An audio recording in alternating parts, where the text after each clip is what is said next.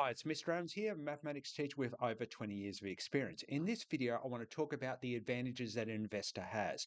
And the way I'm going to do it is compare myself when I was 23 and had first started teaching versus when I was 43.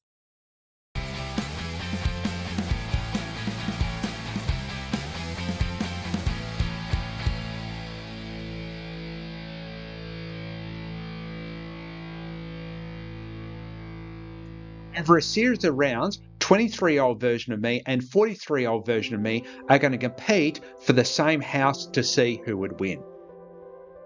When I was 23, I was a public education mathematics teacher, a renter. I had no savings or collateral, and HECS debt was removed from my pay every fortnight. 20 years later, I'm a public education mathematics teacher. I own my own house outright, and I've got some savings and no HECS. In this first round, we're going to look at going for a deposit. When I was 23, I had to save for a deposit. It took me 7 years to be able to save for the deposit, and that was back when house prices were much cheaper. It would take so much longer now. 20 years later, I own my own home outright, so I can use the value of this home to get a deposit without having to save. Let's try and make it a little bit fairer. What if 43-year-old me still owed 100% on my mortgage? It still doesn't make it that much fairer because you can use the equity in your home as a deposit. Equity is the difference between the value of your home and how much you owe.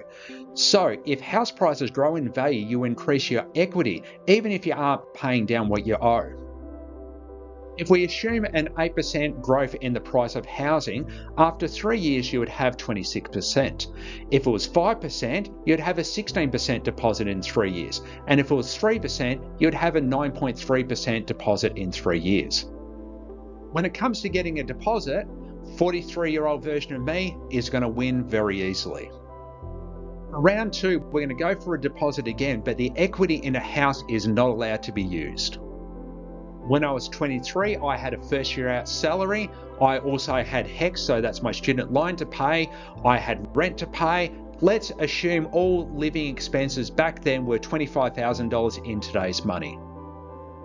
To make things more comparable, I'm going to use the first year out salary of $77,248, which is what it is today, not what it was 20 years ago.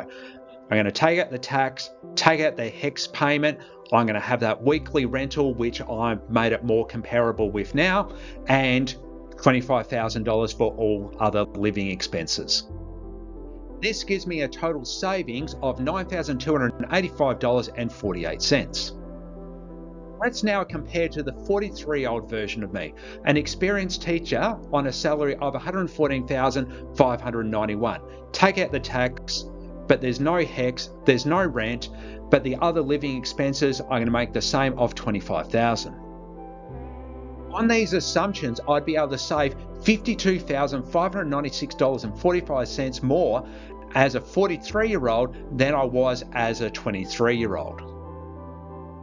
Again, it's very clear who the winner's going to be. It's the 43-year-old version of me. In round 3, we're going to be looking at paying off the loan, but let's make things more equal. Let's presume that both of me have the same income, no HECS, and have the same deposit. Again, there's no comparison because 43-year-old version of me can rent it out for $550 a week or $28,600 a year. Again, round 3, the winner was the 43-year-old version of me. Final round, we're going to try and make things as equal as possible. So both of me have the same income, the same deposit, and they both can't rent out the place. So do we finally have equality between the 23-year-old version and the 43-year-old version of me? Unfortunately not.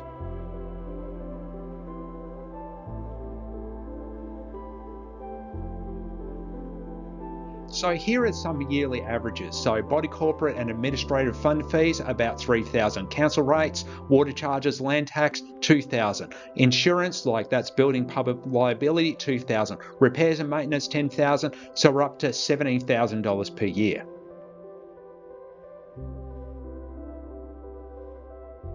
Let's have a look at our house price as $1 million. We get a deposit of $200,000. The principal, or what we're going to borrow, is $800,000. An interest rate of 6%. The interest on the first year is approximately $48,000. Now this figure will decrease throughout the loan, but this is our starting point. So what this means is that there is around $65,000 in expenditure that both a homeowner and investor faced in the first year, but it's only for the investor that these things are tax deductible.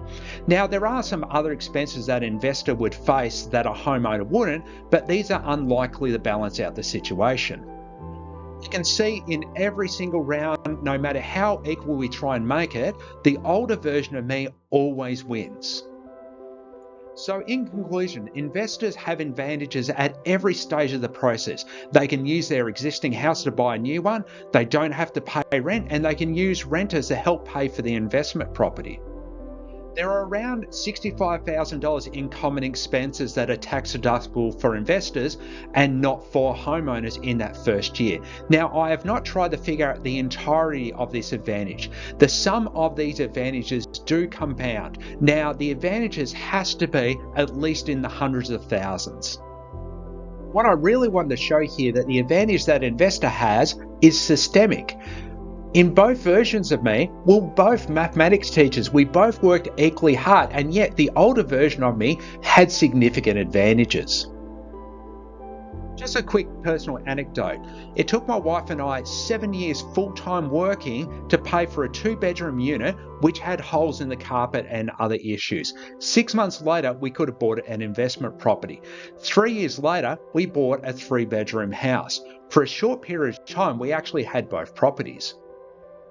An important point that I want to finish on is that just because you have an advantage doesn't mean that you should use it. Now, I know all the content in this video, and yet I only have one property and I have no intentions of buying any more property.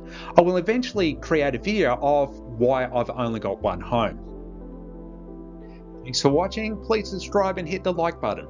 Please leave a review and a comment. I'm not a financial advisor, I'm a mathematics teacher with a passion for teaching financial literacy. Please read the disclaimer.